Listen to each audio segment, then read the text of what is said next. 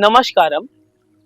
आज के इस योगिक चर्चा का विषय रहेगा थायराइड के लिए आवश्यक, अनिवार्य और जो लाभप्रद प्राणायाम है। जी हाँ, केवल एक प्राणायाम के माध्यम से भी आप अपने थायराइड को कंट्रोल कर सकते हैं। जब थायराइड की बात आती है और इसके विशेष प्राणायाम की जब बात आती है तो बहुत ही धैर्य से और बहुत ही ध्यान से सुनने वाली बातें हैं और समझने वाली बातें हैं, क्योंकि ये आपके मेडिकल इश्यूज को सॉल्व कर सकेगा। सबसे पहले जानते हैं कि थायराइड हो रहा है तो उसमें बॉडी के क्या क्या चेंजेस होंगे। आप दो शब्दों को याद रखिए कि सबसे पहला शब्द है मेटाबॉलिक रेट और दूसरा शब्द है आपका जीन रेगुलेशन। ये दो टर्म्स आपको याद कर लेने हैं कि ये दो चीजें कहां पर होंगी। ये दो मेजर फंक्शनिंग है आपके थायराइड ग्लैंड की। ये मेटाबॉलिज्म रेगुलेशन का रोल प्ले करता है। सेकंड इज ये आपके जीन्स को रेगुलेट करता है। मेटाबॉलिज्म को बैलेंस करने की ड्यूटी किसकी है? थायराइड ग्लैंड की। और आपके जो जीन्स हैं उनको रेगुलेट करने की क्षमता किसमें है? आपके थायराइड ग्लैंड में। अब अगर ये दोनों फंक्शन डिसबैलेंस हो जाएं तो आपको थायराइड की समस्या से जूझना पड़ता है और उसके बहुत सारे जो आपको कठिनाइयां होती हैं वो आप जानते ही। आइए अब इस मेटाबॉलिज्म को कैसे बैलेंस किया जाए थायराइड के माध्यम से, या थायराइड को कैसे बैलेंस किया जाए ताकि ये दोनों फंक्शनिंग बैलेंस हो जाए। अनिवार्य हो जाता है कि हम इसको कैसे बैलेंस करें और इस थायराइड की समस्या से कैसे बचें। आपको जानना है आज विशेष प्राणायाम के बारे में।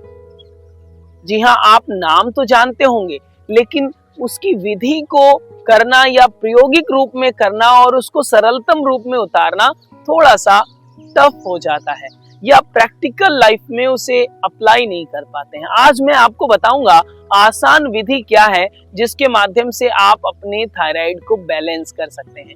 नाम आपको भी पता है कि उज्जाई प्राणायाम बहुत ही उपयोगी है, लेकिन जब भी उज्जाई की बात आती है आप सोचते हैं मैंने ट्राई किया था लेकिन हो नहीं पाया। क्यों? आसान विधि नहीं पता। हमको बहुत ही इजी टेक्निक अपनाना है और उज्जाई प्राणायाम का लाभ लेना है। जो ऋषियों ने बताया है कि सरलतम से सरलतम विधि को अपनाकर भी आप इसे उपयोग में ला सकते हैं और इसका लाभ उठा सकते हैं। क्या करना है? आपको चिन टू चेस्ट लॉक करने का प्रयास करना है।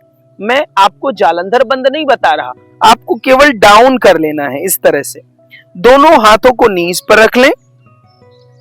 नासिका का जो पॉइंट है वो फ्लोर की तरफ रहेगा। इस पोजीशन में बैठने के बाद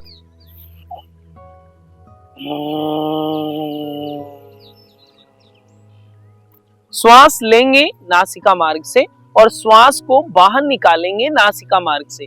लेकिन खास बात यहां पर यह ध्यान रखना है कि आप जब श्वास लें तो आपका गर्दन सीधा हो। लंबी गहरी श्वास लिया, चिन टू चेस्ट लॉक करें।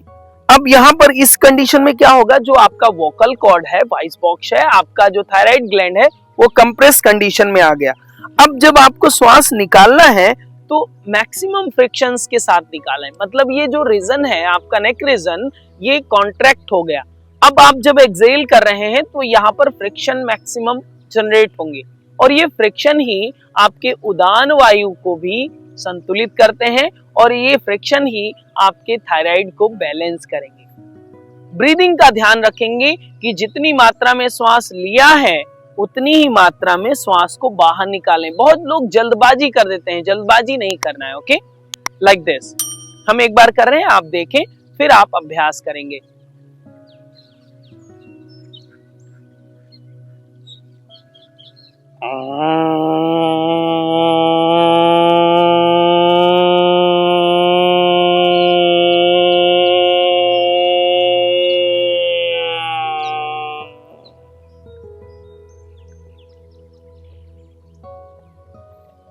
एक बार पुनः।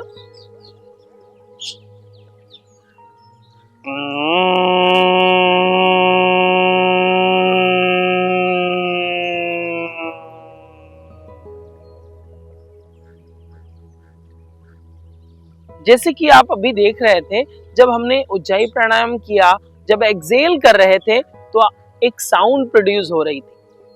उसे आपने सुना होगा। तो इस तरह से आप इस प्राणायाम का लाभ उठाएं। बहुत ही आसान विधि है, आपको ऐसा नहीं करना है कि हमसे हो पा रहा है नहीं हो पा रहा है, बहुत आसान तरीके से इसका लाभ उठाएं।